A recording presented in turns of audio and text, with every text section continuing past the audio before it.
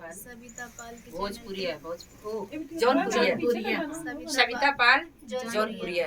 कहो जौनपुर कहो। हाँ यहीं की है। अरे बाप रे, तब कहाँ रहो उतना दिन से? पता ही नहीं रहा रास्ता यहाँ पे घर। कहाँ कहाँ से दीदी हम लोग खोजे तो ही पता है। तो फिर आइए दीदी सपोर्ट कर दे चारों चैनल हो जाए। दीदी के आवाज अकेले बाकी है। इतना सुंदर गीत गाती हैं, आवाज भी अच्छा है, बहुत अच्छा गाती हैं। प्लीज सपोर्ट करिएगा, अपना ढेर सारा प्यारा आशीर्वाद दीजिएगा। ये प्यारा सा नाच गीत दीदी सुना रही हैं, कैसे लगेगा कमेंट बॉक्स में बताइएगा। उनके चैनल को सपोर्ट करिएगा फ्रेंड्स।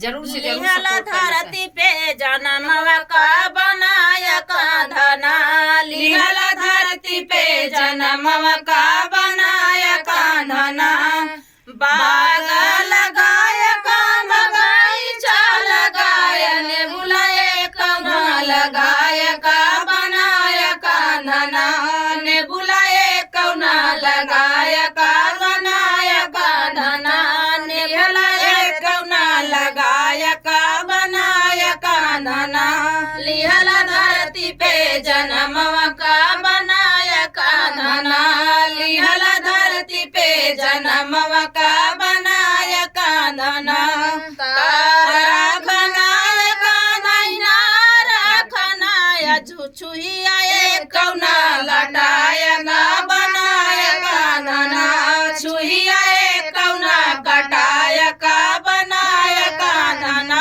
लिहला धरती पे जनमवा का बनाया कांधना, लिहला धरती पे जनमवा का बनाया कांधना, महला बनाया कान्हा दुई महला बनाया, खिड़की गौना लटाया का बनाया कांधना, खिड़की गौना कटाया का बनाया कांधना, लिहला धरती पे जनमवा का बनाया कांधना, लिहला धरती पे जनमवा का बनाया कांधना। तो फ्रेंड था चुटकुला नाच गीत, आप लोगों को कैसा लगा कमेंट बॉक्स में। फिर मिलते किसी नए गाने के साथ, तब तक के लिए।